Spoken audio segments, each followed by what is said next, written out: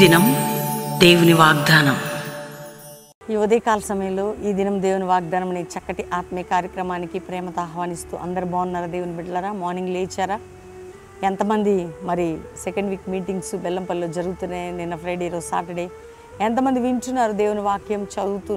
మన జీవితాలని ఏదో చదువుకుంటున్నాం బైబిల్ అంటాం కాదు, కానీ వినుట వలన విశ్వాసం, అది వినడమే కాదు దానిని అంటే అనుసరించి నడుచుకోవటం. అందుకనే అండి దేవుని సన్నిధిలో మనం కూడుకోవడం.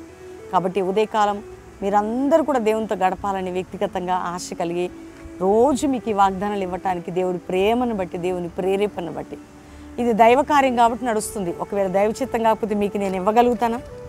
మీరే చెప్పండి. రోజు మీకు వాక్యం పంచడం, వాగ్దానం ఇవ్వటం నా శక్తితో, నా బలముతో సరిపోద్దండి? దేవుని శక్తి కదా ఇది, దేవుని ఆలోచన కదా, దేవుని బలము కదా, దేవుని కృప కదా.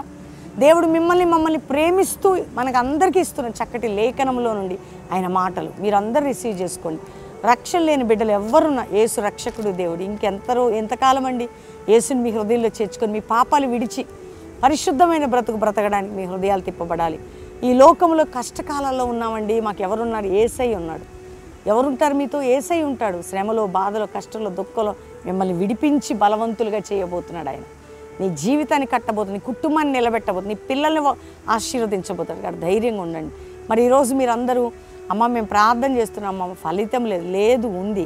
ఉంది మనకుంది, ఒక సమయం ఉంది, దేవుడు అద్భుతం చేస్తాడు. కాబట్టి ఈరోజు చక్కటి వాగ్దానం నేను చదువుతున్నాను, విందాం, చదువుకుందాం. హోషేయ గ్రంథం 14వ అధ్యాయం 7వ వచనం.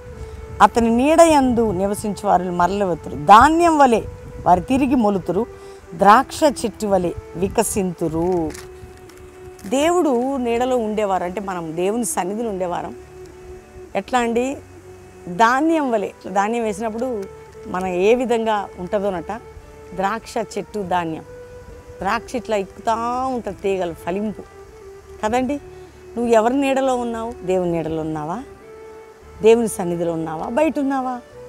నువ్వు దేవుని తట్టేక చూసేది. ఇంకెక్కడైనా ఒకవేళ దేవునికి ఎక్కడ దూరంగా ఉంటే ఈరోజు అడుగు, అయ్యా అటు ఇటు వద్దు, నీ నీడ, నీ కాపుదల, నీ భద్రత నాకు ఉండాలి, నీ చేతిలో నేను ఉండాలి కదండి.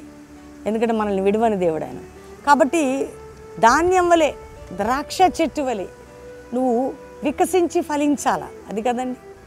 పువ్వు వికసిస్తే ఎంత మంచి పుష్పం వికసించిందండి అంటాం కదా. ధాన్యం ఇట్లా చక్కగా ఇట్లా మొలకెళ్ళి అంత మొక్కలు తీసుకొని వచ్చి మనం చూస్తుంటే పచ్చని చెట్లు వచ్చేస్తాయి. అదేవిధంగా నువ్వు ఎవరి నీడలో ఉన్నావంటే దేవుని నీడలో ఉన్నావు. అందుకని నువ్వు ధాన్యం వల్లే, ద్రాక్ష చెట్టు వల్లే ఎట్లండి ఫలభరితం మార్చుటకు దేవుడు శక్తిమంతుడు. కాబట్టి నువ్వు అట్లాంటి విధంగా మార్చబడబోతున్నావు, వికసించబోతున్నావు, ఫలభరితంగా మారబోతున్నావు. ఈరోజు నీ స్థితి ఎండిపోయిందా? నీ కుటుంబం ఎండిపోయిందా? నీ జీవితం భయపడకు. ధాన్యం వలె, ద్రాక్ష చెట్టు వలె మీరు ఫలించబోతున్నారు. దేవుని సన్నిధిలో, దేవుని నీడలో ఉన్నారు. కాబట్టి ధైర్యంగా ఉండండి. మనందరం ఆయన నీడలో ఉన్నామండి. ఎండిపోజేస్తాడా దేవుడు మనల్ని? నువ్వు ఎండిపోవాలా? నువ్వు చెడిపోవాలంటాడా? సైతానికి ఇష్టమా? దేవునికి ఇష్టంలే.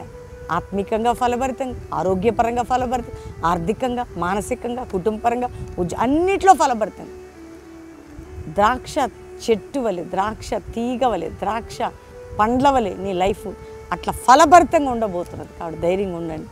ఈరోజు వాగ్దానాన్ని ఎత్తిపట్టి ప్రార్థన చేయండి. ధాన్యము ద్రాక్ష చెట్టు వలె ఫలభరితంగా ఉంచదని. నువ్వు ఫలభరితంగా ఉండబోతున్నావట. నువ్వు ఫలింపులోనికి రాబోతున్నావు. ధాన్యం వలె, ద్రాక్ష చెట్టు వలె ఫలభరితంగా ఉండబోతున్నావు. ఈరోజు వాగ్దానం ఫలభరితంగా. కాబట్టి ధైర్యంగా ఉండండి. ఏ విషయంలో కుంగిపోకండి. మిమ్మల్ని దేవుడే లేవనెత్తబోతున్నాడు.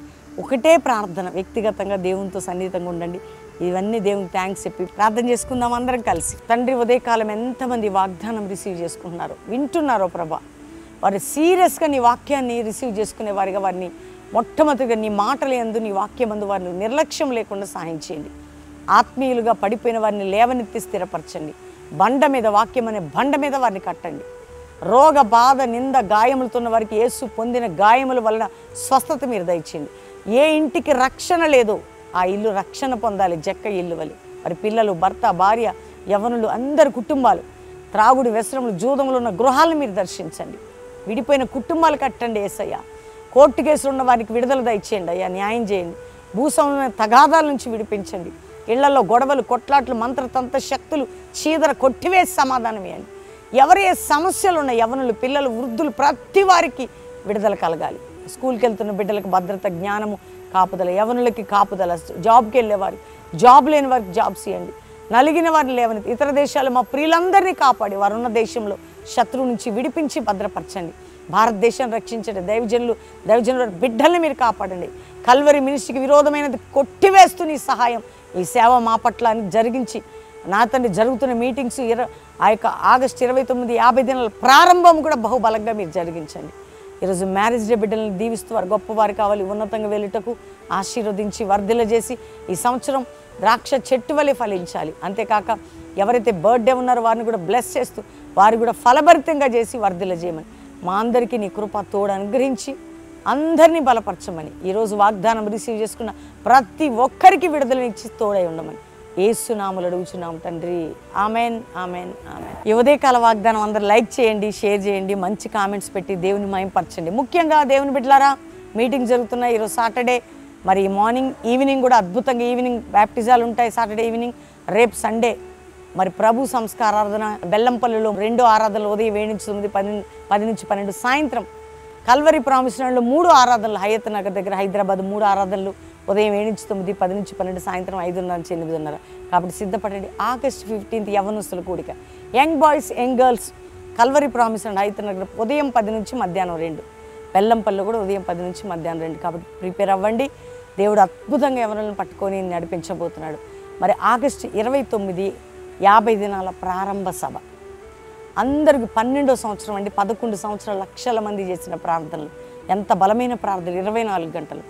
ఆగస్టు 29 ఉదయం 7 గంటలకి మరి ప్రారంభ సభ, అక్టోబర్ 17 ముగింపు సభ. ప్రేయర్ చేద్దాం మనందరం కూడుకొని 50 దినాలు బహుబలంగా దేవుని కార్యాల కొరకు పరిశుద్ధాత్మ శక్తితో నింపబడి ఉపదేశంతో, ఉజ్జీవంతో ప్రభు సన్నిధిలో ప్రార్థనలలో గడుపుదాం. కాబట్టి సిద్ధపడండి. దేవుడు మిమ్మల్ని దీవించును గాక. Praise the lord.